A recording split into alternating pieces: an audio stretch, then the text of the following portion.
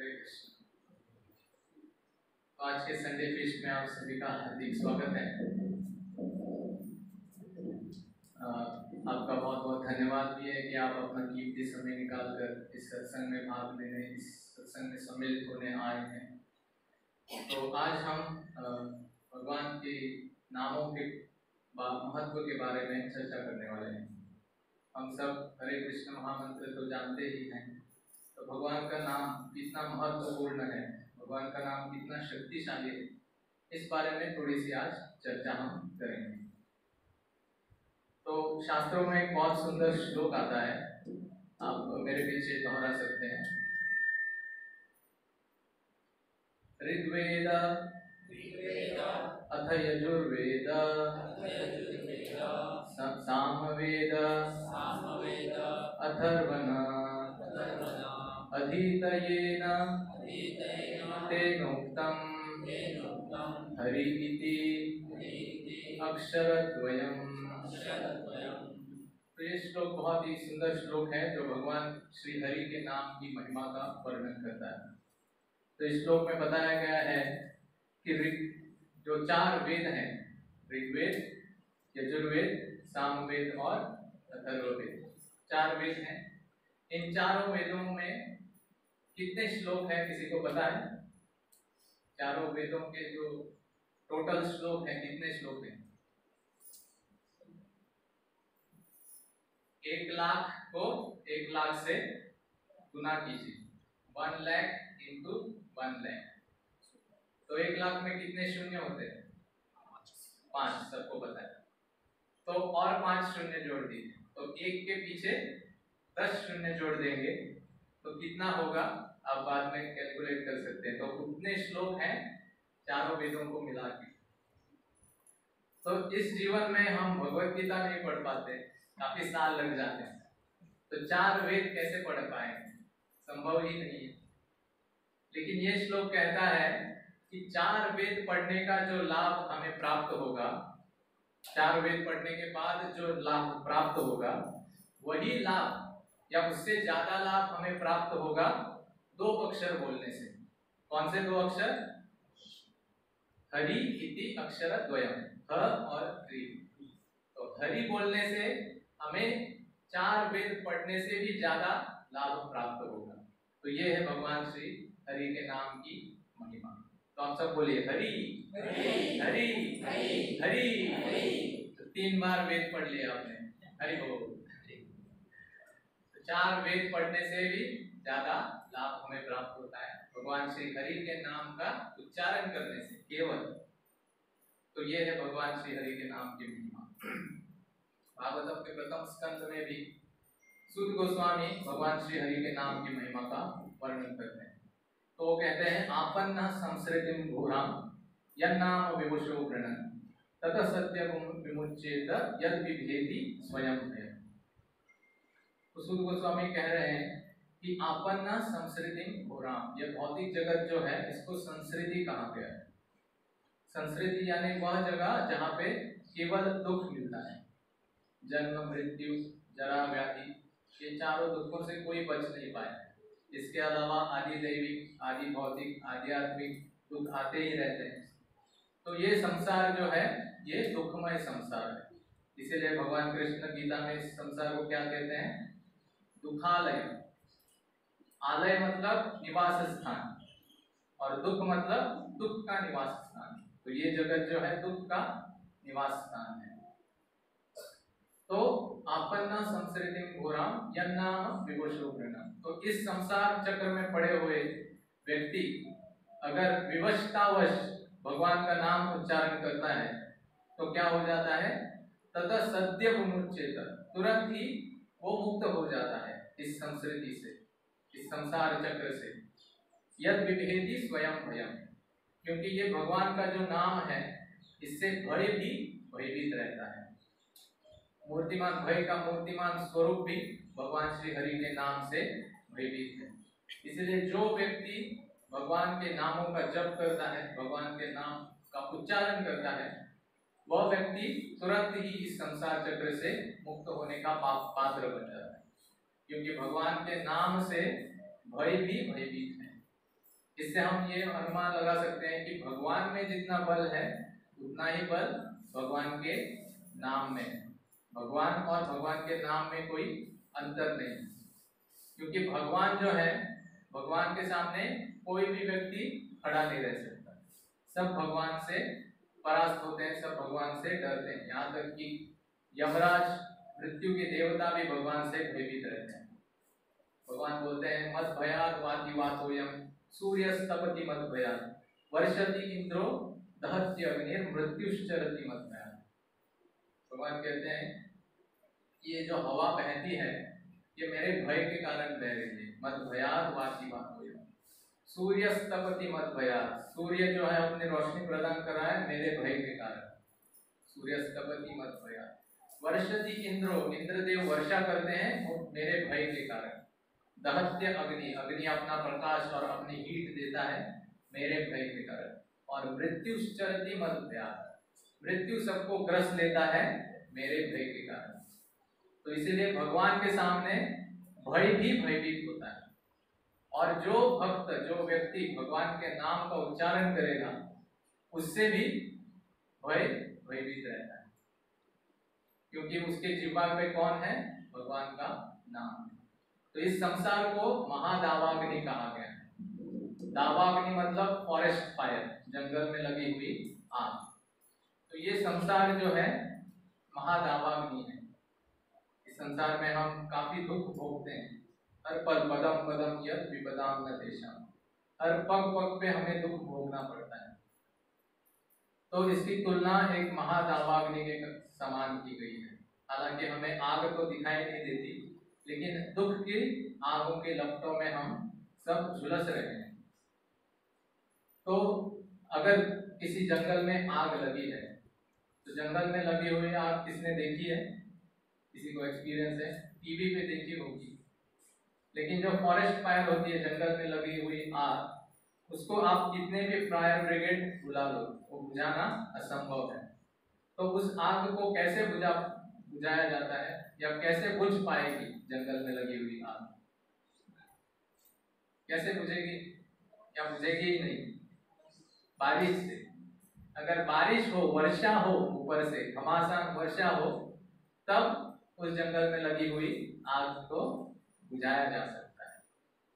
तो इसी प्रकार से इस संसार चक्र की आग में हम सब झुलस रहे हैं।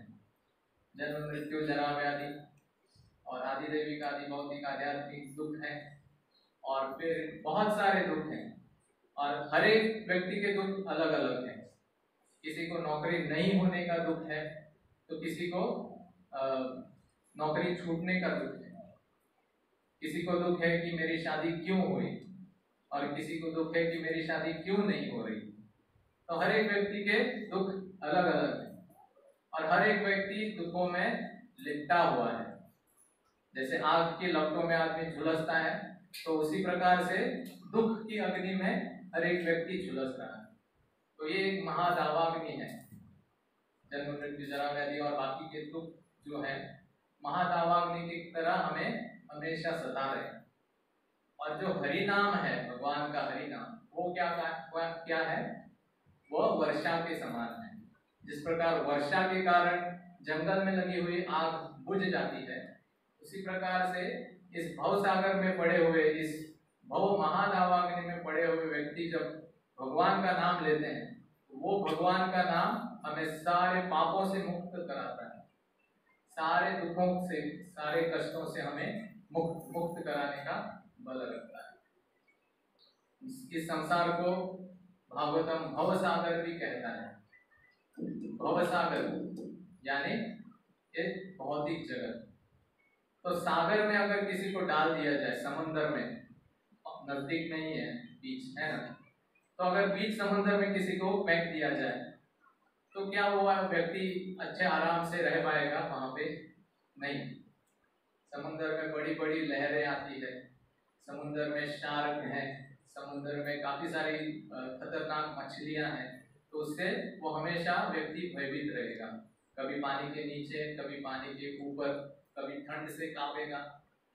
तो इस प्रकार से वो व्यक्ति बहुत ही दयनीय स्थिति में रहेगा। तो उसी प्रकार बद्ध व्यक्ति इस भौतिक जगत में बहुत दयनीय स्थिति में है। कभी बॉस डांट देता है, कभी टीचर डांट देती है, कभी पति डांट देता है, कभी पत्नी डांट देती है। इस प्रकार से सब ओर से उसे दुख मिल रहा है। जैसे सागर में फंसा हुआ व्यक्ति चारों ओर से दुख से घिरा हुआ है, उसी प्रकार हर व्यक्ति इस संसार में दुख भोग रहा है। लेकिन अगर सागर को पार करना हो तो कैसे पार किया जा सकता है? अच्छा, भगवान श्री राम ने कैसे पार किया था? कैसे पार किया था? जोर से बोलिए। सेतु बांधा था। किससे बांधा था सेतु? पत्थर से। लेकिन पत्थर तो तैरता नहीं है, पत्थर डूब जाता है। तो पत्थर तैरा कैसे? हाँ, पत्थर के ऊपर क्या लिखा हुआ था? राम लिखा हुआ था। भगवान का दिव्य नाम लिखा हुआ था। तो भगवान का दिव्य नाम लिखने के कारण वो पत्थर भी तैर पाया, और क्योंकि वो पत्थर तैर पाया इसलिए वो पुल बांध सके और समुद्र को पार कर सके। उसी प्रकार से हम इस भवसागर में पड़े हुए हैं। हमें छूटने का एकमात्र मार्ग है भगवान श्री राम या भगवान श्री कृष्ण का नाम। जब वो हमारे जिह्वा पे आएगा तब फिर इस महासागर भव सागर के ऊपर हम भी एक पुल बांध पाएंगे, और उस पुल के चलते फिर हम इस भवसागर को भी पार कर पाएंगे। क्योंकि भगवान श्री राम के नाम में इतना बल है कि तुरंत ही वो हमें भवसागर से मुक्ति दिला सकता है। श्री तुकाराम महाराज भी बहुत सुंदर अपने अभंग में कहते हैं, आप पीछे दोहरा सकते हैं। नाम संकीर्तन साधन पै सोपे, जड़तिल पापे जन्मांतरिची, न लगे सायास जावे वनांतरा, सुखे ये तो धरा नारायण। बहुत सुंदर। संत तुकाराम कहते हैं नाम संकीर्तन साधन पै सोपे, कि नाम संकीर्तन एक बहुत ही सुंदर और बहुत सहज, बहुत इजी साधन है। नाम संकीर्तन के लिए क्या आपको किसी ने यहाँ पे पैसा मांगा है? नहीं। किसी ने बोला है कि आप टिकट फाड़ के आओ फिर ही आप संकीर्तन कर सकते हैं? नहीं। देश काल आदि का कोई नियम लागू नहीं हो सकता। आप यहाँ मंदिर में बैठ के भी नाम संकीर्तन कर सकते हैं, अपने घर में भी बैठ के नाम संकीर्तन कर सकते हैं, और मंदिर से घर तक जाते हुए रास्ते में भी नाम संकीर्तन कर सकते हैं। इसमें देश काल आदि का कोई नियम लागू नहीं होता। इसलिए संत तुकाराम कहते हैं नाम संकीर्तन साधन पै सोपे, बहुत सहज है, बहुत इजी है नाम संकीर्तन करना। और इससे क्या होगा? जड़तिल पापे जन्मांतरिची, जो जन्म जन्मांतर से हमने पाप को संचित किया हुआ है, क्योंकि हम बद्ध जीव है, हमारे इंद्रियां हमारे वश में नहीं है, तो हम काफी सारे पाप करते आए हैं। इसी जन्म में नहीं, लेकिन जन्म जन्मांतर से हमने बहुत सारा पाप किया हुआ है, जिसके फलस्वरूप हमें जन्म मृत्यु के चक्र में फंसना पड़ा है। लेकिन तुकाराम महाराज बोलते हैं जड़तिल पापे जन्मांतरिची, इसी जन्म के नहीं, लेकिन बाकी जो भी हमने जन्म लिए हैं उन सभी जन्मों में जो भी हमने पाप किए हैं वो सब जल जाएंगे। और न लगे सायास जावे वनांतरा, इसके लिए आपको घर छोड़ के वन में जाने की जरूरत नहीं है। कई बार जो व्यक्ति होते हैं जिनको इस भवसागर से पार होना होता है, वो बोलते हैं कि घर में रहते हुए हम इस आत्म साक्षात्कार प्राप्त नहीं कर पाएंगे, घर में रहते हुए हम संसार चक्र से मुक्त नहीं हो पाएंगे, इसलिए हम सब घर बार छोड़ेंगे और जंगल में जाएंगे और वहां पे तप करेंगे। ऐसे कई लोगों की मनोवृत्ति होती है। लेकिन तुकाराम महाराज बोलते हैं कि आपको घर छोड़ने की जरूरत नहीं है। क्यों? क्योंकि सुखे ये तो घरा नारायण, क्योंकि नारायण स्वयं आपके घर में आएंगे। जब आप हरिनाम संकीर्तन करेंगे, भगवान के दिव्य नामों का उच्चारण करेंगे, तो आपको कहीं और जाने की जरूरत नहीं है, क्योंकि स्वयं भगवान नारायण आपके घर में आएंगे। तो ये है भगवान के हरि नाम का महत्व, भगवान के नामों का महत्व। भगवान का नाम इतना शक्तिशाली है कि वो भगवान को भी परास्त करने का शक्ति रखता है। जो भक्त भक्ति भावना से भगवान के नामों का उच्चारण करते हैं, भगवान के नामों को पुकारते हैं, भगवान तुरंत वहां प्रकट हो जाते हैं। जैसे हम देखते हैं कि द्रौपदी का जब वस्त्र हरण हो रहा था तो दुशासन जिसके अंदर 10,000 हाथियों का बल था, वो द्रौपदी की साड़ी खींच रहा था। और द्रौपदी तो अबला नारी थी, उसमें उतनी शक्ति नहीं थी कि वो दुशासन को रोक पाए। लेकिन द्रौपदी सबके सामने गिड़गिड़ाई, भीष्म के सामने गई, द्रोण के सामने गई, अपने 5 पतियों के सामने गई, लेकिन किसी ने उसकी मदद नहीं की। तो अंत में द्रौपदी ने क्या कहा? द्रौपदी ने भगवान श्री कृष्ण के नामों का उच्चारण किया, भगवान के नामों को जोर जोर से कहा कि हे कृष्ण, हे गोविंद, हे माधव, कृपया मुझे बचाइए। तो उस समय, जिस समय द्रौपदी ने नामों का उच्चारण किया, तुरंत ही भगवान प्रकट हुए। किस रूप में प्रकट हुए? एक अनगिनत लंबी साड़ी के रूप में प्रकट हुए। और दुशासन खींचे जा रहा था, लेकिन वो साड़ी खत्म नहीं हो रही थी। सोचिए, 10,000 हाथियों का बल रखने वाला व्यक्ति, इतना खींच लिया उसने कि उसके बाहें दुखने लगी, तो चक्कर खा के नीचे गिरने वाला था, फिर भी वो साड़ी खत्म नहीं हुई। तो भगवान, जो भक्त उनके नामों का उच्चारण करता है, उन्हें पुकारता है, भगवान हमेशा उनकी रक्षा करते हैं। जैसे प्रहलाद महाराज, फिर गजेंद्र की कहानी किसी को पता है?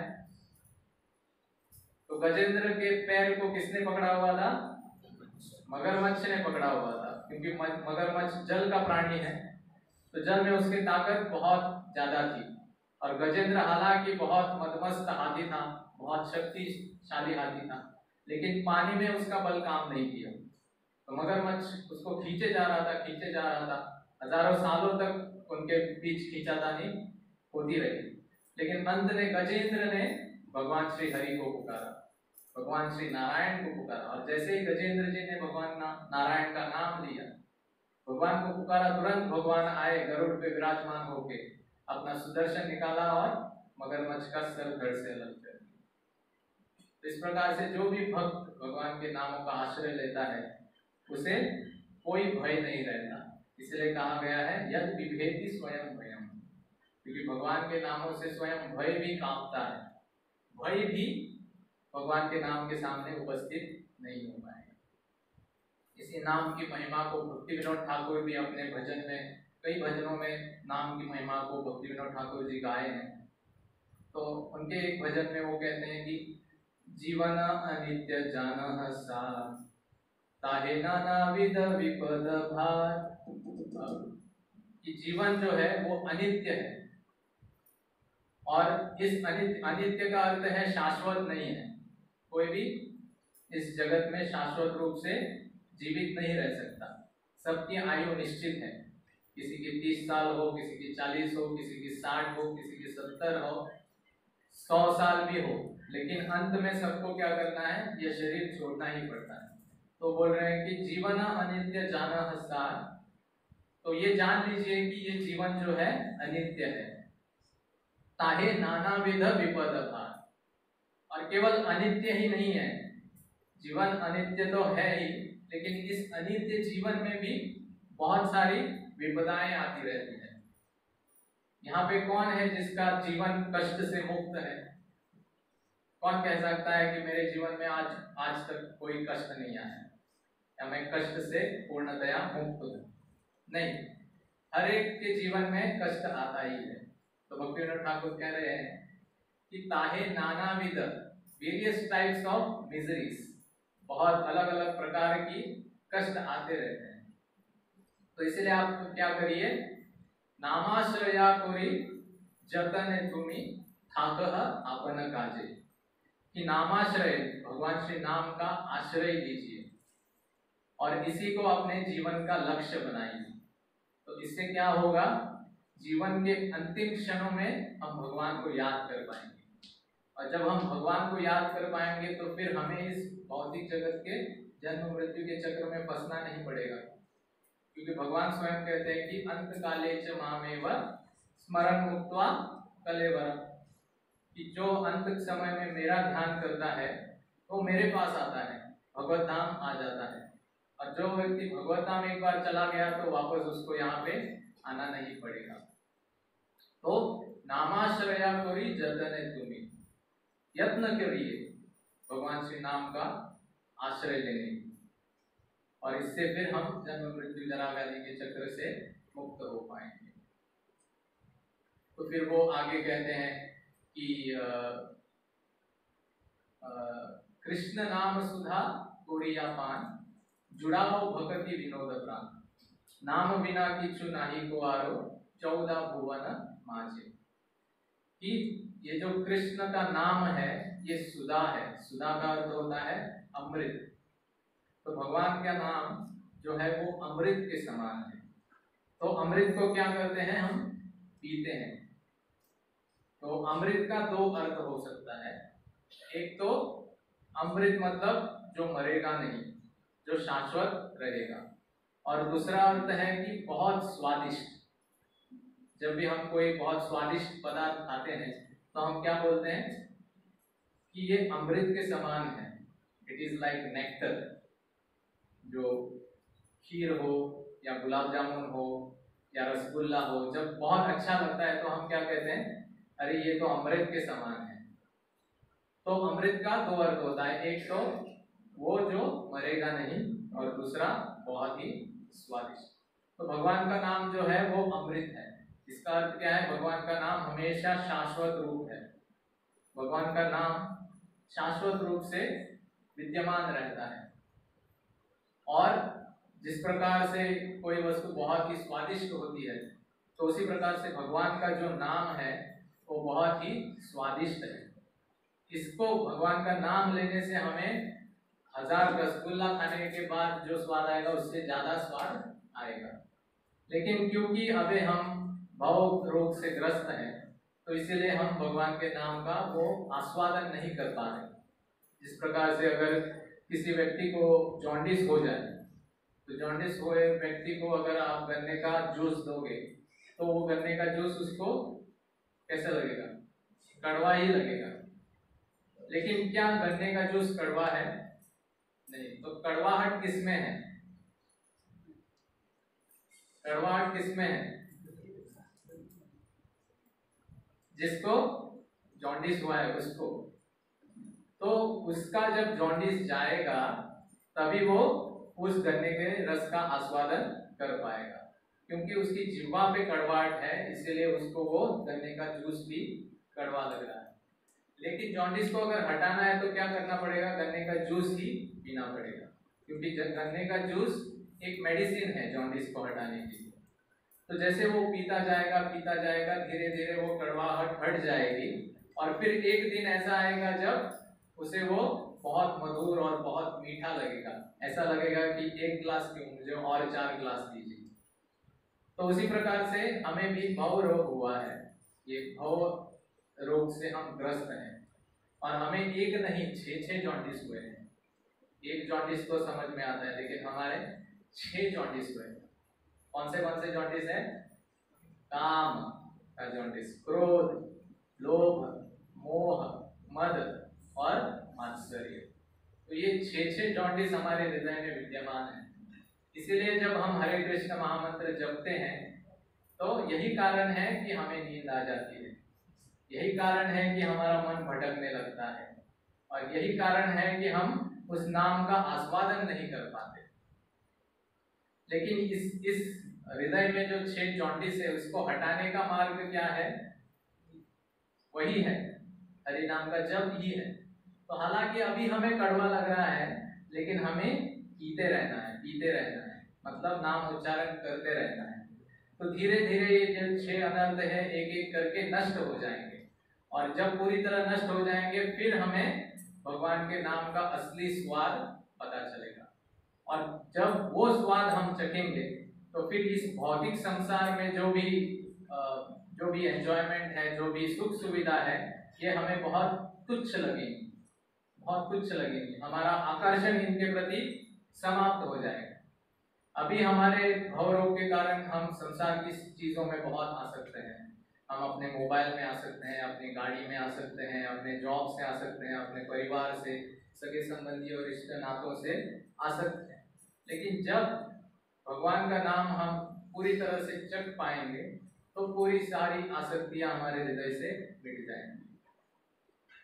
तो भक्तिविनोद ठाकुर यही कह रहे हैं कि कृष्ण नाम सुधा पान, इसको हमें चखना है। हालांकि अभी हमें कड़वा लगेगा, लेकिन फिर भी हमें भगवान का नाम जपते रहना है। तो नाम बिना किछु नाही को आरो 14 भुवन माझे। तो इस भौतिक सागर से बचने के लिए, दुखों से बचने के लिए नाम के अलावा और कोई साधन नहीं है। अब 14 भुवन मतलब स्वर्ग लोक, भूलोक और नरक लोक, इन 14 भुवनों में भी आप खोज लीजिए, लेकिन इस नाम के अलावा और कोई साधन नहीं है जिससे हम इस भौतिक संसार चक्र से मुक्त हो पाएंगे। कलि संतरण उपनिषद भी यही कहता है, हरेर नाम हरेर नामैव केवलम कलौ नास्त्यैव नास्त्यैव नास्त्यैव गतिर अन्यथा, कि हरि नाम ही है। कोई बोलेगा अरे नहीं कुछ दान होगा या कुछ तप होगा, नहीं, हरि नाम। या फिर कोई बोलेगा कि नहीं शास्त्रों का अध्ययन से कुछ हम संसार सागर को मुक्त हो पाएंगे, तो बोलते हैं शास्त्र की नहीं, केवल हरे नाम, हरेर नाम एव केवलम। एव मतलब केवल वही, हरि नाम ही है और कुछ नहीं है। कलौ नास्त्यैव नास्त्यैव नास्त्यैव, है ही नहीं और कोई मार्ग है ही नहीं, है ही नहीं, है ही नहीं इसके अलावा। तो ये है भगवान श्री हरि नाम की महिमा। इसके लिए हमें भगवान का नाम हमेशा अपने जिह्वा पे रखना चाहिए। नाम नामकारी बहुधा निज सर्वशक्ति तत्रार्पिता नियमिता स्मरणेन कालः। ये जो नाम है इसमें भगवान ने अपनी सारी शक्तियों को डाल दिया है और इसका जप करने के लिए उन्होंने कोई नियम नहीं बनाया। बाकी के जो युग थे उसमें काफी सारे नियम थे, सतयुग हो या द्वापर हो या त्रेता युग हो, बहुत सारे नियम लागू किए गए थे। लेकिन जब कलयुग आया तो कलयुग में भगवान ने स्पेशल वरदान दिया है कि केवल हरे कृष्ण महामंत्र का जप करने से ही जो फल सतयुग द्वापर त्रेता युग में प्राप्त होता था वही फल कलयुग में प्राप्त होगा, केवल हरि नाम संकीर्तन से। और कोई मार्ग है नहीं, इसमें कर्म योग नहीं है, कर्म कांड से नहीं हम प्राप्त कर सकते, ज्ञान योग से नहीं कर सकते, ध्यान योग से नहीं कर सकते। पहले युगों में वो लोग किया करते थे, लेकिन जैसे एक मेडिकल स्टोर होता है, फार्मेसी होता है, उसमें काफी सारी दवाइयाँ दिखती हैं हमें, लेकिन अगर कोई जाके ठीक से देखे तो उसमें काफी सारी दवाइयाँ जो है वो एक्सपायर्ड हुई रहती है ना। काफी सारी दवाइयाँ ऐसी होती हैं जो एक्सपायर्ड है, जिनकी डेट चली गई है, तो उन ऐसी दवाइयों को वहां रखने का कुछ फायदा है? कोई फायदा नहीं। तो जो एक्सपायर्ड हुई दवाइयाँ हैं वो उनको फेंक देना या उनका त्याग करना ही बुद्धिमानी होगी, और जो अच्छी दवाइयाँ हैं उसी को ठीक से रखना है। उसी प्रकार से जो अन्य मार्ग थे, कर्म का मार्ग हो या ज्ञान का मार्ग हो या योग का मार्ग हो, तो ये सब मार्गों का एक्सपायरी डेट आ चुका है कलयुग में। कलयुग में ये सब मार्ग एक्सपायर हो चुके हैं। तो जैसे दवाइयाँ एक्सपायर हो जाए तो हमें फेंक देते हैं, उनका त्याग करते हैं, तो इस कलयुग में कर्म ज्ञान और योग का कोई लाभ नहीं है, क्योंकि उससे कोई लाभ प्राप्त होगा नहीं। श्रम वही केवलम है, और केवल एक ही मार्ग अब बचा है, वो है हरे कृष्ण महामंत्र का जप करना, हरि नाम संकीर्तन करना। तो इसीलिए श्री चैतन्य महाप्रभु स्पेशली इस धरातल में अवतार लिए भगवान के हरि नाम का प्रचार करने के लिए, और उन्होंने शिक्षाष्टकम दिया जिसमें 8 श्लोक दिए, और हर एक श्लोक शिक्षाष्टकम का नाम के बारे में ही बताता है।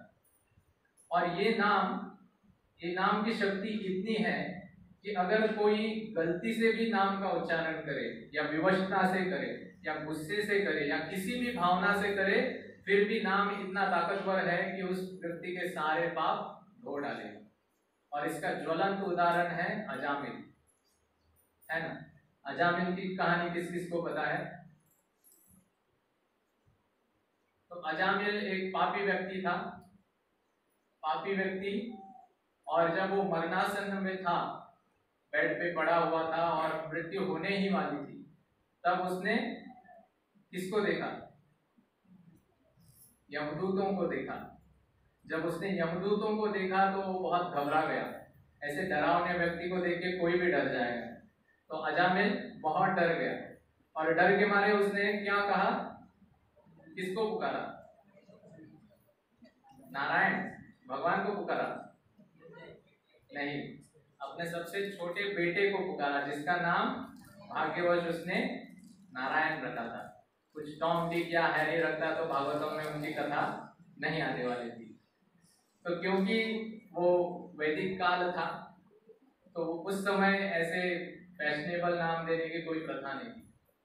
सबके नाम भगवान के नाम के ऊपर दिए जाते थे। लेकिन आजकल लोग पता नहीं क्या क्या नाम रख देते हैं। तो उन्होंने अपने छोटे बेटे का नाम नारायण रखा था। हालांकि वो बहुत पापी व्यक्ति था, लेकिन फिर भी दैववश उसने भगवान अपने छोटे बेटे का नाम नारायण रखा। और जब यमदूतों को देखा तो डर के मारे उसने नारायण का नाम लिया। तो वो संबोधन किसको कर रहा था? किसको कर रहा था? अपने बेटे को कर रहा था। तो नाम उसका नारायण था, लेकिन संबोधन वो अपने बेटे को कर रहा था। लेकिन वैसा बोलने से क्या हुआ?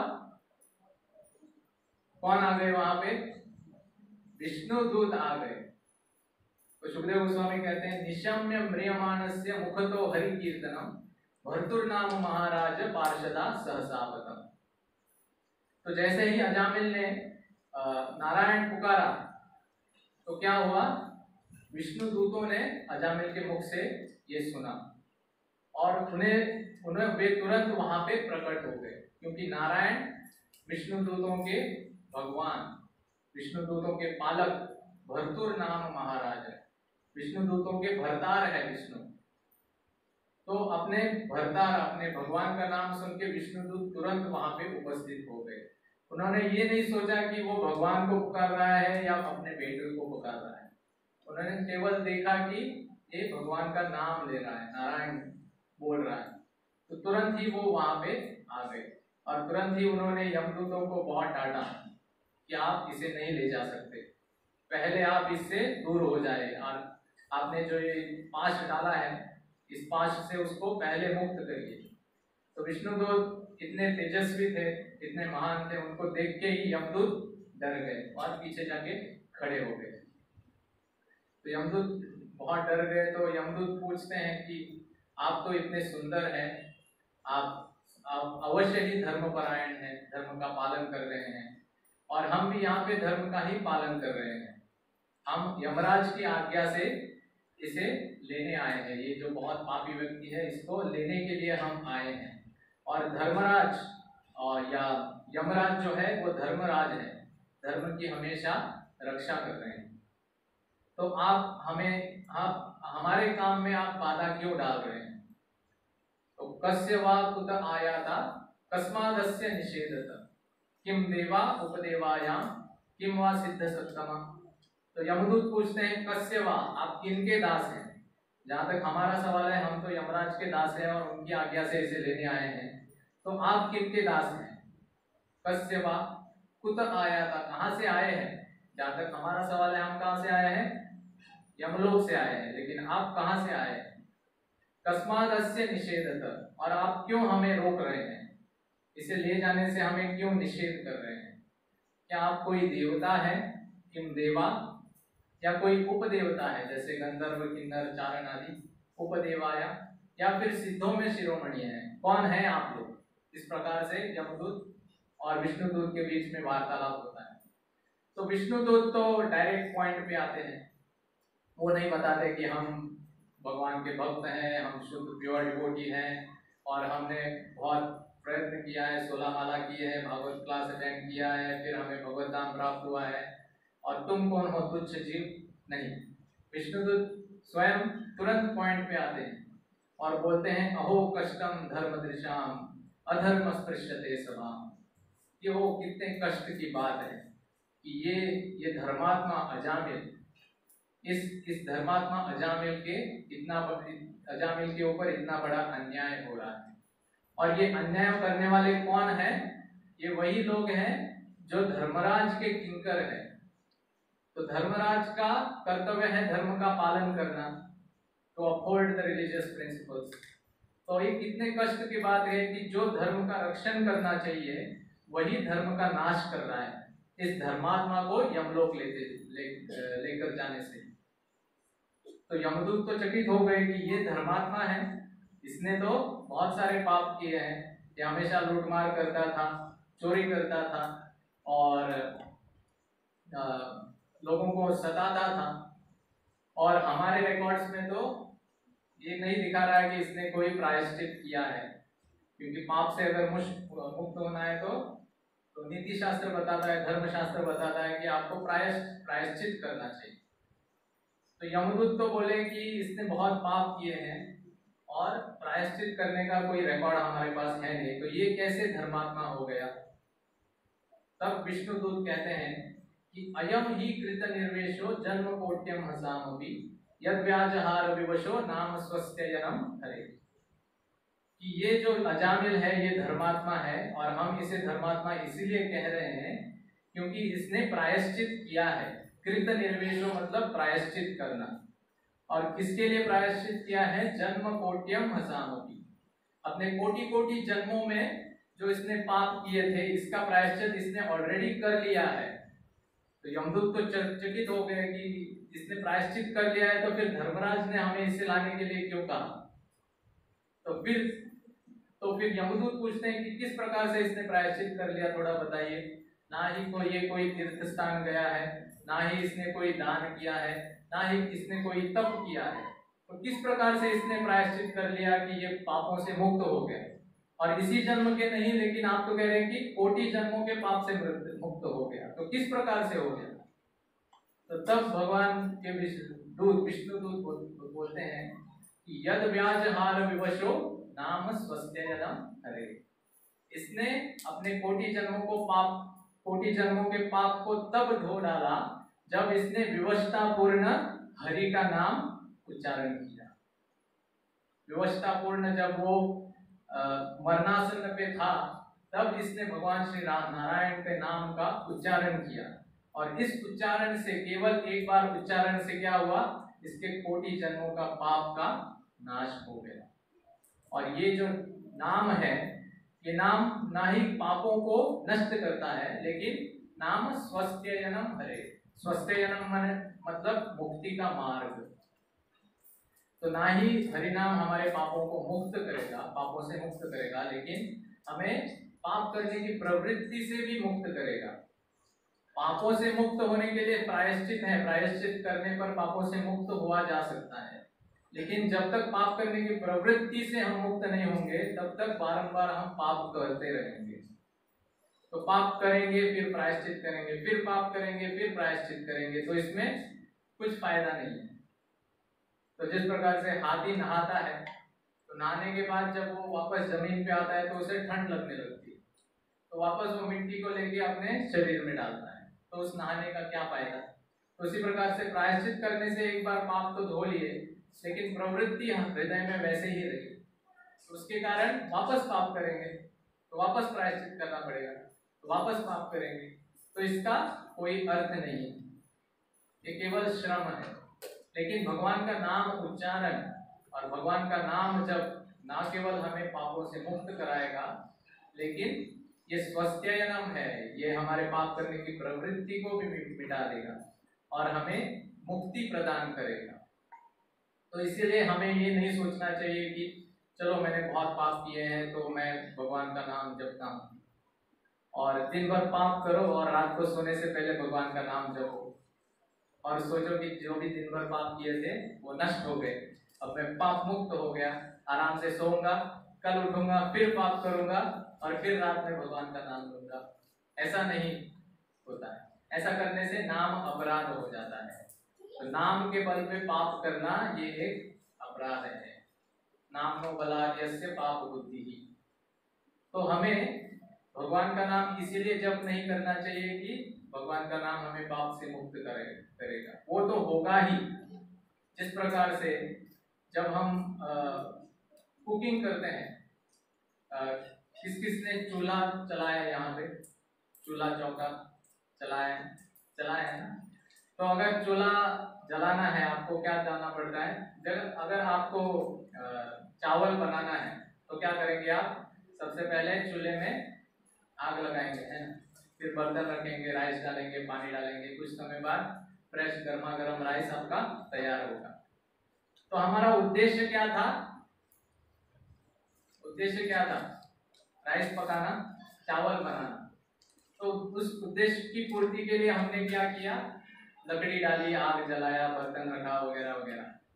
तो राइस तो बन ही गया, लेकिन आप राइस को उतारने के बाद चूल्हे के अंदर क्या बचता है, राख बचती है ना, क्योंकि लकड़ी तो जल गई तो राख बचती है। तो जिस प्रकार से चावल पकाने के लिए चावल हम पका लेते हैं, वो हमारा फाइनल उद्देश्य है, लेकिन चावल पकाते पकाते राख भी बन जाती है। तो राख बनाने के लिए हमें सेपरेटली कुछ काम करना पड़ता है क्या, नहीं। तो उसी प्रकार से भगवान का नाम हम जब जपते हैं, भगवान के प्रति प्रेम को प्राप्त करने के लिए, भगवान के प्रति भक्ति को प्राप्त करने के लिए। तो जब हम उस उद्देश्य से भगवान का नाम जप करते हैं, तो जिस प्रकार से चावल के उद्देश्य से हमने चावल पकाए, चूल्हा जलाया और राख अपने आप बन गई, उसी प्रकार से जब हम भगवान का नाम भगवत प्रेम प्राप्त करने के लिए जपेंगे तो अपने आप ही सारे पाप नष्ट हो जाएंगे। और एक उदाहरण, जिस प्रकार से यहाँ पे कोई किसान है जिसने खेत में काम किया हो, कोई है या सब इंजीनियर डॉक्टर है,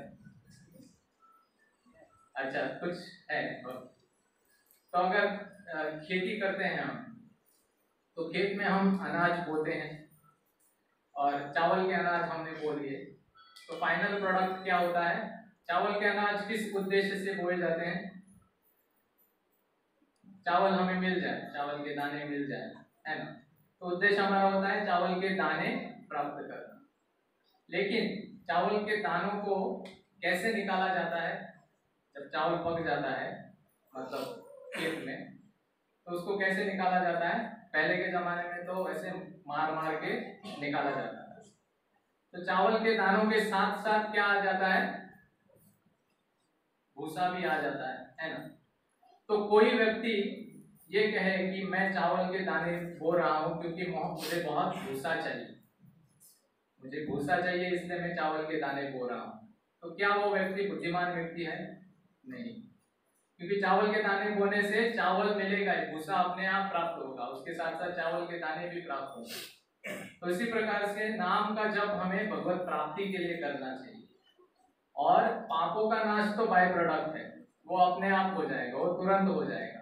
तो हमें ये नहीं सोचना चाहिए कि भगवान का नाम जो है वो पाप का नाश करता है, तो इसीलिए मैं बहुत पाप करूंगा, और सोने से पहले एक बार हरे कृष्णा कृष्णा कृष्णा हरे हरे, हरे राम राम राम हरे हरे, ये बोल दूंगा, सारे पाप फिनिश। नहीं, ये बुद्धिमानी नहीं है। जैसे किसी के घर में चूहा घुस जाए और उस चूहे को निकालने के लिए एक कोई हाथी को घर में लावे, तो क्या वो बुद्धिमानी होगी, नहीं। क्योंकि हाथी तो बहुत कुछ करने में सक्षम है, चूहे को घर से निकालने के लिए उसका इस्तेमाल नहीं करना चाहिए। उसी प्रकार से नाम जो है हमें भगवत प्राप्ति कराने को पात्र बनाता है, तो उसका इस्तेमाल हमें पाप धोने के लिए नहीं करना चाहिए, क्योंकि नाम स्वस्त्ययनम हरे। तो विष्णुदूत बोलते हैं कि जब अजामिल ने पहली बार विवशतावश नाम लिया, उसी दिन उसके सारे पाप नष्ट हो गए, ना ही इस जन्म के लेकिन 40 जन्मों के पाप उसने नष्ट कर दिए। तो फिर यमदूतों को प्रश्न होता है कि एक ही बार नाम जपने से कैसे पाप नष्ट हो जाएगा, कि इतने से ही पाप नष्ट हो गया। लोग तो प्रायश्चित करते हैं, तप दान व्रत करते हैं पापों से मुक्त होने के लिए। एक केवल इतने से ही, एक बार से ही नाम लेने से इसने पाप से मुक्ति कैसे पा ली? तो विष्णुदूत बोलते हैं हाँ, इतने से ही सारे पाप उसके नष्ट हो गए। एतेनैव हि अघोनस्य कृतं स्याद् निष्कृतं यदा नारायणायेति जगाद चतुरक्षरम्। तो विष्णुदूत बोलते हैं कि हाँ, इतने से ही, एतेनैव मतलब इतने से ही, एतेनैव हि अघोनस्य, यह पापी अजामिल, कृतं स्याद् अग निष्कृतं, अग का अर्थ है पाप, निष्कृतं मतलब पाप से मुक्त होना। तो केवल इतने से ही मतलब एक बार नाम नारायण का नाम लेने से ही ये पाप से मुक्त हो गया। यदा नारायणायेति जगाद चतुरक्षरम, इसने तो ज्यादा किया है, इसने चारों अक्षर बोले हैं नारायण। अगर इसने कोई दो अक्षर भी बोले होते ना रा, फिर भी इसके पाप मुक्त हो जाते। तो ये है भगवत नाम की महिमा, केवल दो अक्षर से भी पाप मुक्त हो जाएंगे। तो इस प्रकार से विष्णुदूत जो है वो यमदूतों को समझाते हैं नाम की महिमा। लेकिन फिर यमदूतों के मन में शंका होती है कि इसने तो अज्ञान में कहा था, इसको तो पता नहीं था कि भगवान का नाम इतना शक्तिशाली है, और एक तो उसको अज्ञान था भगवान के नाम के बारे में, और दूसरा उसने भगवान को तो पुकारा ही नहीं, उसने अपने पुत्र को पुकारा, तो फिर कैसे इसकी पाप से मुक्ति हो गई? तो फिर विष्णुदूत समझाते हैं कि अज्ञानाद अथवा ज्ञानाद उत्तम श्लोक नामय संकीर्ततम अघम पुंसो दहेत ये तो यथा नल। कि कोई व्यक्ति अज्ञान से भगवान का नाम ले, न जानते हुए कि भगवान के नाम की महिमा क्या है, या फिर जान के भगवान का नाम ले, दोनों का इफेक्ट एक ही होगा। जिस प्रकार से दहेत ये तो यथा अनल, अनल अनल का अर्थ है अग्नि, दहेत मतलब जला देना, एद मतलब ईंधन फ्यूल, जैसे सूखा घास हो या कॉटन हो या कोई भी फ्यूल, एद का अर्थ है फ्यूल, ईंधन। तो जिस प्रकार से अग्नि ईंधन को तुरंत ही जला देती है, उसी प्रकार से एक व्यक्ति अगर ज्ञान से हो या अज्ञान से भगवान का नाम जप करेगा तो उसी प्रकार से पाप को जला देता है, जिस प्रकार से अग्नि ईंधन को जला देती है। तो इसको बोलते हैं नाम की वस्तु शक्ति। तो नाम ये नहीं देखता कि कौन किस भावना से नाम ले रहा है। जिस प्रकार से अगर कोई बिजली का तार हो विदाउट इंसुलेशन और उसमें इलेक्ट्रिसिटी बह रही है, और कोई सोचे कि अरे ये अच्छी रस्सी टंगी है, बारिश में कपड़े तो सूख नहीं रहे, मैं कपड़े वहां पे सुखा देता हूँ, तो उसको अज्ञान है कि ये तार है बिजली का और इसमें इसको छूने से शॉक लगता है, तो इसके मन में उस बारे में अज्ञान है। तो क्या बिजली का तार सोचेगा कि अरे बाप रे बेचारा, इसको पता नहीं है कि मुझे टच करने से झटका लगेगा, तो इसको रहने देते, इसको शॉक नहीं देंगे? क्या ऐसे सोचेगा बिजली का तार? नहीं, चाहे अज्ञानता से कोई छुए या ज्ञान जानकर छुए, शॉक तो लगेगा ही। या फिर अगर किसी बोतल में विष रखा है, पॉइजन रखा है, और कोई समझ ले कि ये तो पानी है, मुझे बहुत प्यास लगी है, मैं पी लेता हूँ, तो क्या विष सोचेगा कि अरे ये तो अज्ञान में पी रहा है, मुझे इसके ऊपर कोई प्रभाव नहीं डाला? नहीं। तो अज्ञानता से पिए या जानकर पिए, विष तो अपना प्रभाव डालेगा ही।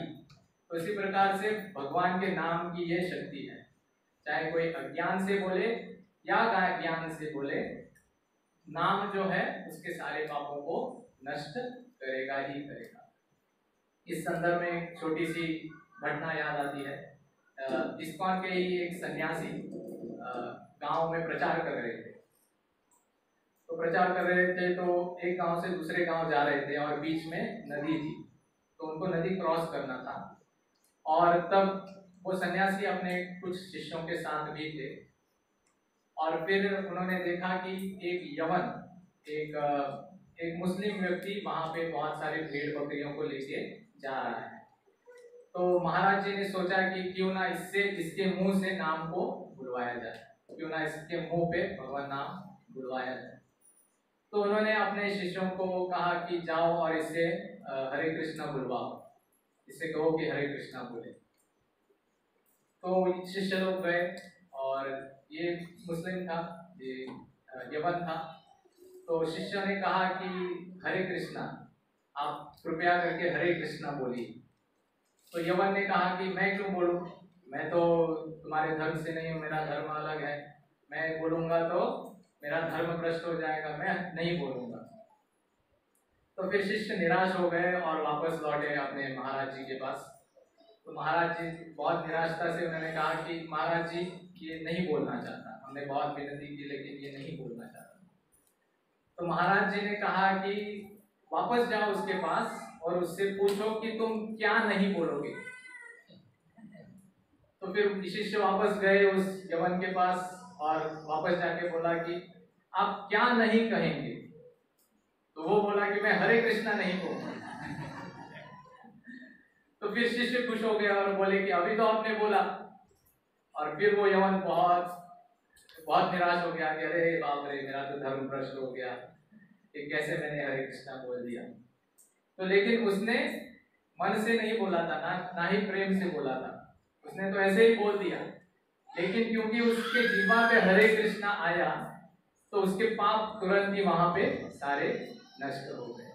तो ये है भगवान नाम की शक्ति।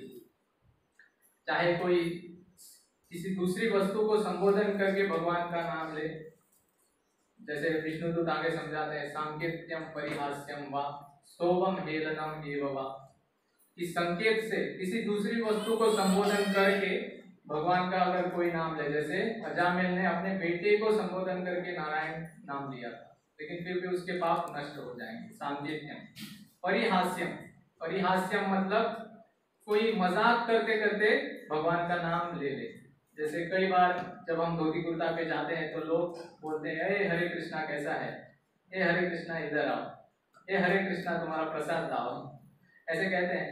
तो वो तो भगवान को नहीं पुकार रहे हैं, वो तो मजाक में कह रहे हैं और हमारा मजाक उड़ाना चाहते हैं। लेकिन मजाक में भी अगर कोई कहे सांकेत्यम परिहास्यम हुआ, कि मजाक में भी अगर कोई भगवान का नाम ले फिर भी भगवान का नाम उसके ऊपर प्रभाव डालेगा और उसका सारा पाप नष्ट हो जाएगा। सांकेत्यम परिहास्यम वा स्तोभम, स्तोभम का अर्थ है और सम म्यूजिकल एंटरटेनमेंट, संगीत की दृष्टि से। कई लोगों को हमारे कीर्तन बहुत पसंद होते हैं।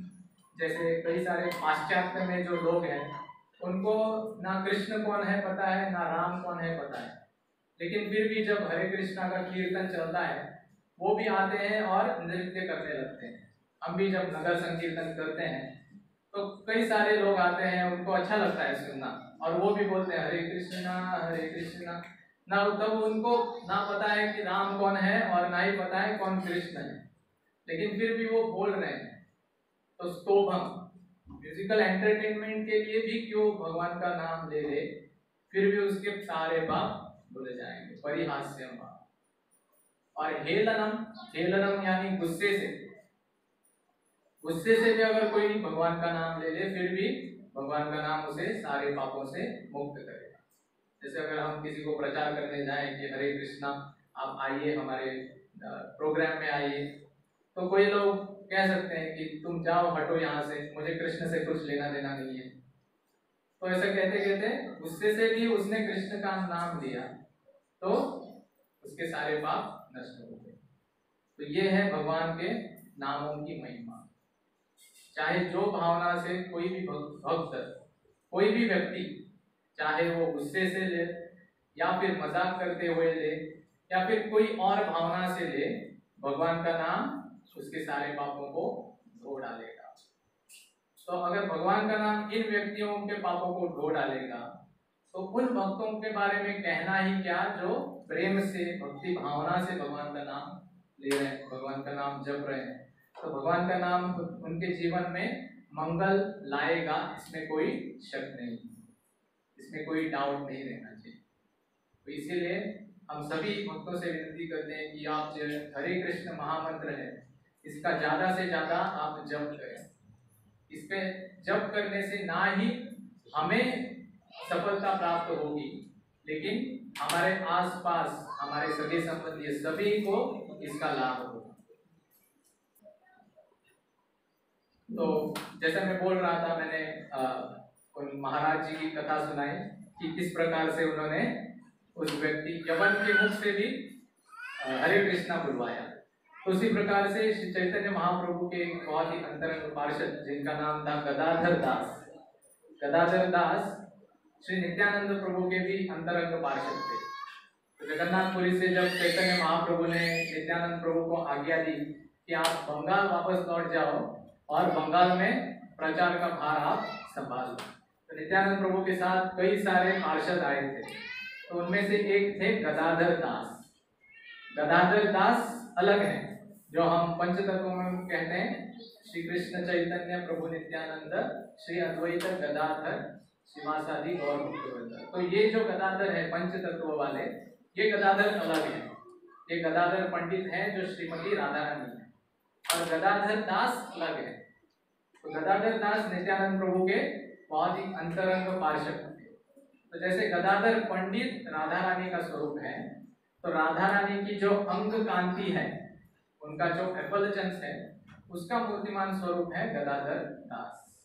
तो गदाधर दास एक बार कंटक नगर, जिसको आज कटवा के नाम से जाना जाता है, जहाँ पे महाप्रभु ने दीक्षा संन्यास लिया था बंगाल में, उस स्थान में रहते थे। तो उस कटवा शहर में एक काजी था, क्योंकि तब भारत जो है मुगलों के अधीन था, मुगल शासन कर रहे थे। तो कटवा का जो राज्य है उसका भार एक काजी संभाल रहा था, और ये काजी बहुत ही क्रूर व्यक्ति था। वो हमेशा हिंदुओं को सताता था, और हमेशा गाय का मांस खाना हो या फिर हिंदुओं को सताना हो, वैष्णवों को सताना हो, ये सब कार्य वो काजी करता था, और सब लोग इस काजी से डरते थे। और जो ब्राह्मण लोग हैं, ब्राह्मण लोग इस काजी से बहुत ही घृणा करते थे, क्योंकि ये धर्म को नष्ट कर रहा है। तो काजी अगर किसी दिशा में जा रहा है और उस दिशा से आने वाली हवा भी उन ब्राह्मणों को छू ले, तो ब्राह्मण तुरंत जाके नहा लेते थे। तो इतनी घृणा करते थे उस काजी से। तो गदाधर दास को ये पता चला कि ये काजी ऐसे ऐसे कर रहा है और इतना पापी है, इतना क्रूर है। तो गदाधर दास ने मन में सोचा कि श्री चैतन्य महाप्रभु तो आए हैं सभी पापियों का उद्धार करने के लिए, सबसे पतित जो है उनका उद्धार करने के लिए आए हैं श्री चैतन्य महाप्रभु। तो ये काजी कैसे छूट गया? तो ये काजी का भी उद्धार होना चाहिए, इस प्रकार सोचे। और गदाधर दास भी श्री नित्यानंद प्रभु के भाव में ही रहते थे, अवधूत की तरह व्यवहार करते थे। तो उनको कोई भय नहीं था, क्योंकि भगवान के भक्त जो है वे तो हर एक परिस्थिति में वो निर्भय रहते हैं। नारायण सर्वेन कुतश्चन बिभ्यति, कभी भी वो डरते नहीं, निर्भय रहते हैं। जैसे श्रील प्रभुपाद है, निर्भयता से गए अकेले। तो हमेशा भगवान के भक्त निर्भय रहते हैं और निर्भयता से प्रचार करते हैं, दे प्रीच बोल्डली। तो निर्भयता से प्रचार करते हैं। तो गदाधर दास गए इस काजी के घर के पास, और उस समय रात के 12 बजे, और 12 बजे गदाधर दास गए और काजी के दरवाजे पे ठोकने लगे, जोर जोर से ठोकने लगे कि काजी काजी बाहर आओ, कहाँ छुप के बैठे हो, बाहर आओ, जल्दी बाहर आओ, मुझे तुमसे कुछ बात करनी। तो काजी तो सोया हुआ था, और काजी को जब नींद टूट गई और उसे पता चला कि कोई हिंदू आके मेरे दरवाजे पे खटखटा रहा है और मेरी नींद में व्यथा ला रहा है, तो काजी तो आग बबूला हो गया, गुस्से से एकदम लाल हो गया, और ये निश्चय करके बाहर निकला कि मैं जो भी व्यक्ति हो इसका तो मैं आज वध ही करूंगा। और गदाधर दास वहां पे ठोक रहे थे दरवाजा, बाहर आओ काजी बाहर आओ। तो काजी आके दरवाजा खोलता है, और जैसे ही गदाधर दास को काजी देखता है, तुरंत उसका गुस्सा ठंडा हो जाता है एकदम, क्योंकि भक्त जो है भगवान की दया का मूर्तिमान स्वरूप है, और भगवान की कृपा को वो बांटते रहते हैं। और जो भी व्यक्ति भगवान के भक्त को, ऐसे भक्त को देखता है, तुरंत ही वो नम्र हो जाता है। धीर धीर जन प्रिय करो, धीरज धीरज जना प्रिय करो। जो धीर व्यक्ति है, अधीर व्यक्ति है, दोनों के लिए जो भगवान का भक्त जो होता है वो बहुत ही कोमल रहता है। ईश्वर गोस्वामी के बारे में कहा गया, they are equal to gentle and ruffians. तो जैसे काजी ने देखा कि सामने गदाधर दास खड़ा है, तो एकदम उसका गुस्सा ठंडा हो गया और वो धीरे से बोला कि गदाधर दास, अभी तो 12 बजे हैं, आप क्यों मेरे दरवाजे पे आए हो? तो गदाधर दास फिर से जोर से कहने लगे कि काजी, तुम इतने पापी हो और श्री चैतन्य महाप्रभु और नित्यानंद प्रभु आए हैं पापियों का उद्धार करने के लिए, और केवल हरि का नाम लेने से सारे पापियों का उद्धार हुआ है, और तुम एक यवन होने के कारण बहुत पापी व्यक्ति हो, तो तुम हरि हरि बोलो, जिससे कि तुम भी पाप से नष्ट हो जाओगे और तुम्हारा भी कल्याण होगा। तो काजी तो बोला कि अभी तो मध्य रात्रि है, तुम कल सुबह आ जाओ, फिर कल सुबह मैं हरि हरि बोलूंगा। और जैसे ही काजी ने ऐसे कहा कि कल सुबह मैं हरि हरि बोलूंगा, तो गदाधर दास ने उनके मुख से हरि हरि सुन लिया। और जैसे गदाधर दास ने हरि हरि उनके मुख से सुन लिया, गदाधर दास उछल पड़े कि काजी, तुमने हरि हरि बोल दिया, तुम्हारा उद्धार निश्चित है, हरि बोल करके नृत्य करने लगे।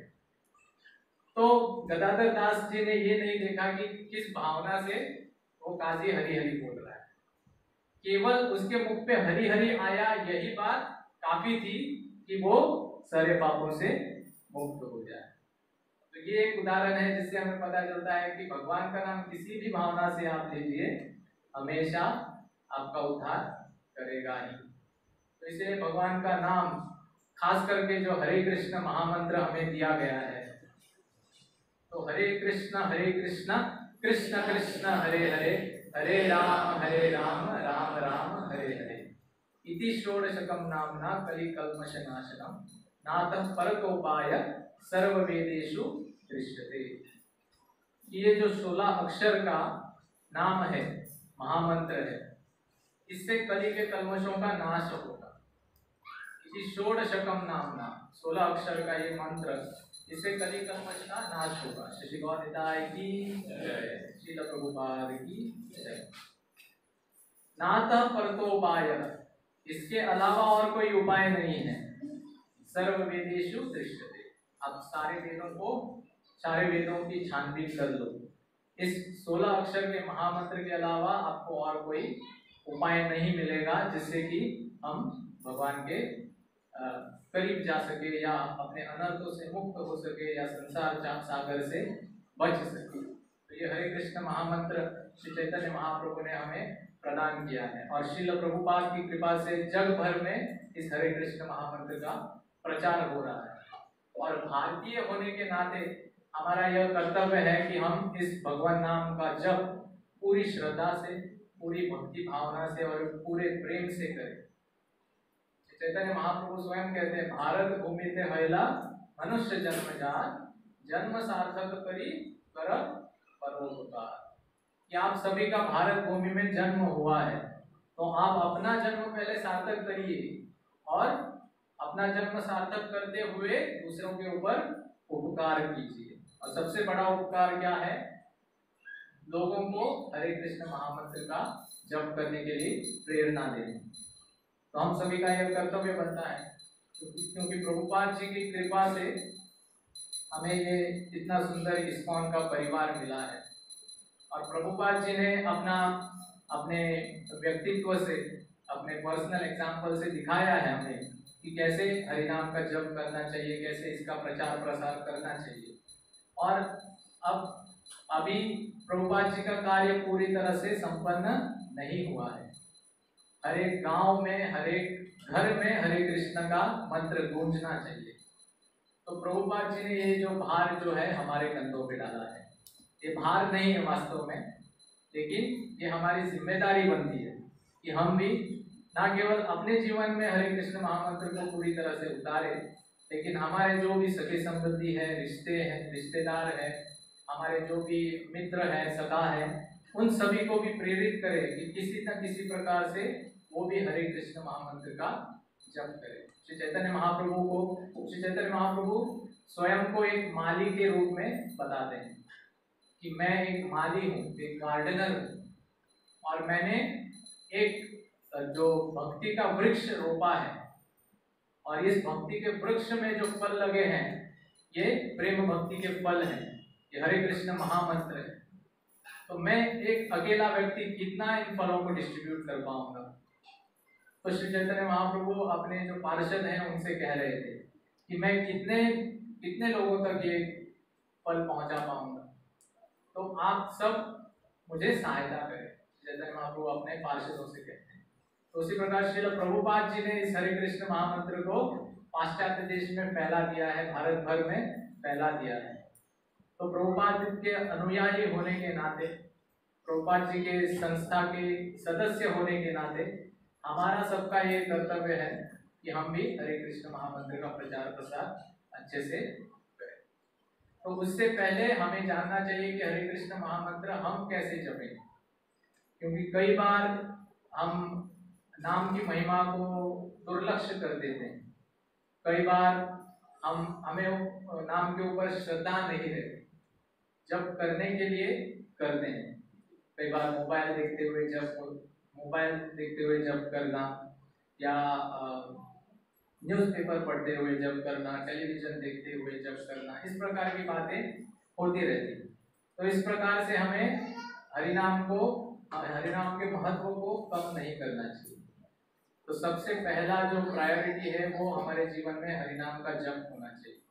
हम जितनी भी माला करते हो, चाहे 2 हो या 4 हो या 16 हो, जितने भी माला हमने निर्धारित की है कि एक दिन में ये माला करूंगा, तो उतनी मालाएं हमें करनी चाहिए श्रद्धा पूर्वक और अटेंशन से। अटेंशन को क्या बोलेंगे हिंदी में? ध्यान पूर्वक। तो श्रद्धा से, ध्यान पूर्वक और नम्रता से।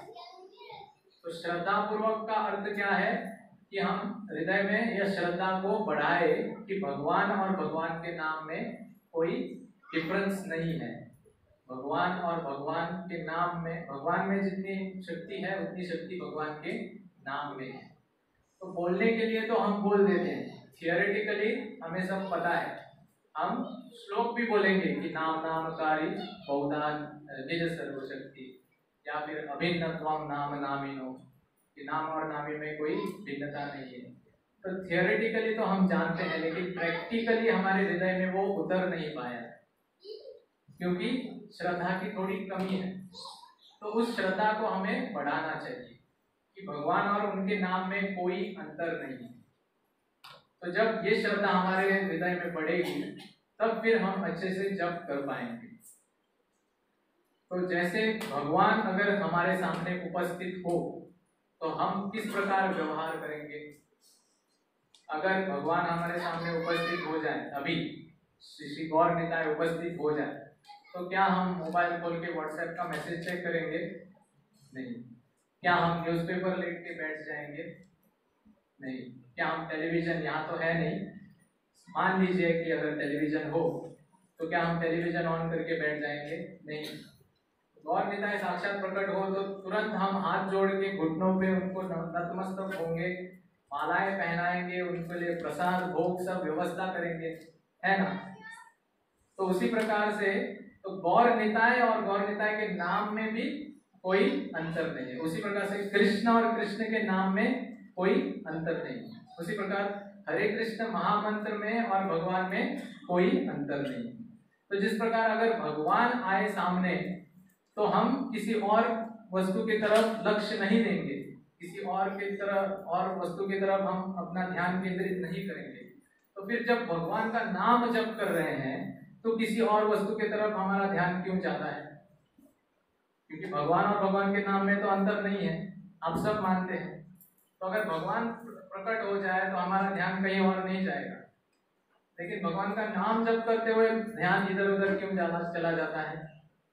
क्यों? क्योंकि श्रद्धा नहीं है कि भगवान और भगवान के नाम में कोई अंतर नहीं। तो इस श्रद्धा को हमें विकसित करना चाहिए। तो इस श्रद्धा को विकसित करने का मार्ग क्या है? तो श्रद्धा को विकसित अगर हमें करना है तो हमें निरंतर भगवान के जो भक्त हैं उनके संग में आना पड़ेगा, क्योंकि संग में बहुत शक्ति होती है। तो इस प्रकार से सत्संग जब भी आयोजन होता है, इस प्रकार के सत्संग के लिए सब काम काज छोड़ के तुरंत हाजिर होना। तो सत्संग से श्रद्धा हमारी बढ़ेगी और अपने व्यक्तिगत जीवन में हम प्रयास करेंगे कि हमारा ध्यान कहीं भटक ना जाए, क्योंकि हमारा मन इतना चंचल है कि हमारे वश में नहीं आता।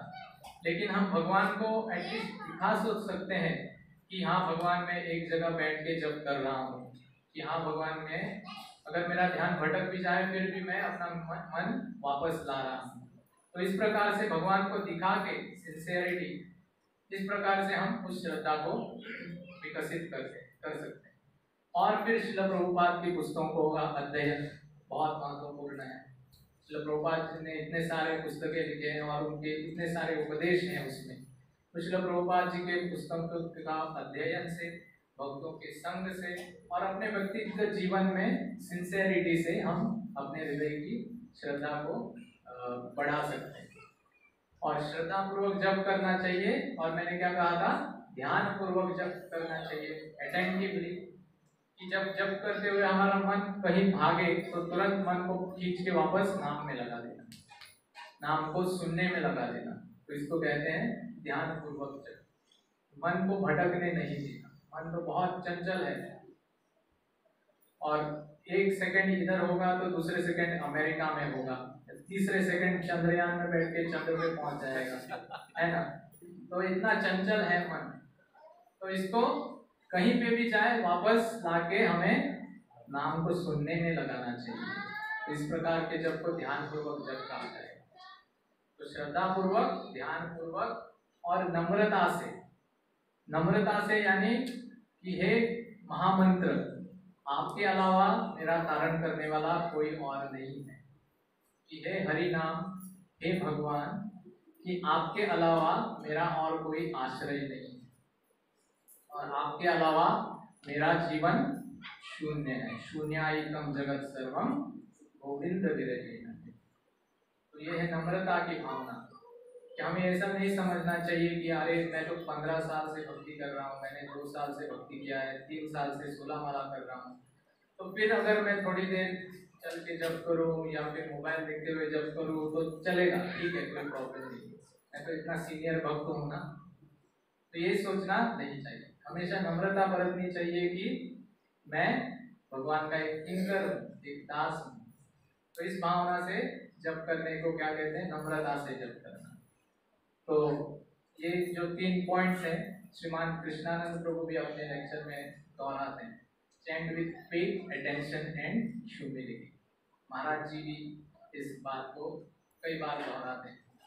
तो इस प्रकार से अगर हम जप करेंगे तो आप सोचिए कि अगर कोई मजाक से नाम जपे या कोई गुस्से से नाम ले तो उसका कल्याण हो रहा है। तो अगर कोई भक्ति भावना से और श्रद्धा से और अटेंशन और ह्यूमिलिटी से नाम जप करे तो उसका कितना कल्याण होगा, उसकी तो सीमा ही नहीं है, उसका तो हम अंदाजा भी नहीं लगा सकते।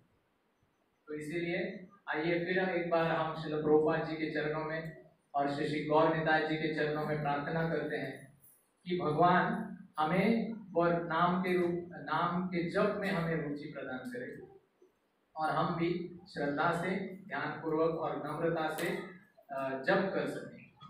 तो इसी प्रार्थना के साथ मैं विराम देना चाहूँगा। बहुत बहुत धन्यवाद। हरे कृष्णा। और खास करके प्रभु जी, सच्चिदानंद प्रभु और हमारे गिरीश प्रभु और बाकी सारे जो सीनियर डिवोटीज यहाँ पे उपस्थित हैं, उनका मैं बहुत आभारी हूँ। उन्होंने मुझे ये मौका दिया कि मैं यहाँ पे आके भगवान के बारे में कुछ कह सकूँ। बहुत बहुत धन्यवाद। हरे कृष्ण। श्रील प्रभुपाद की जय।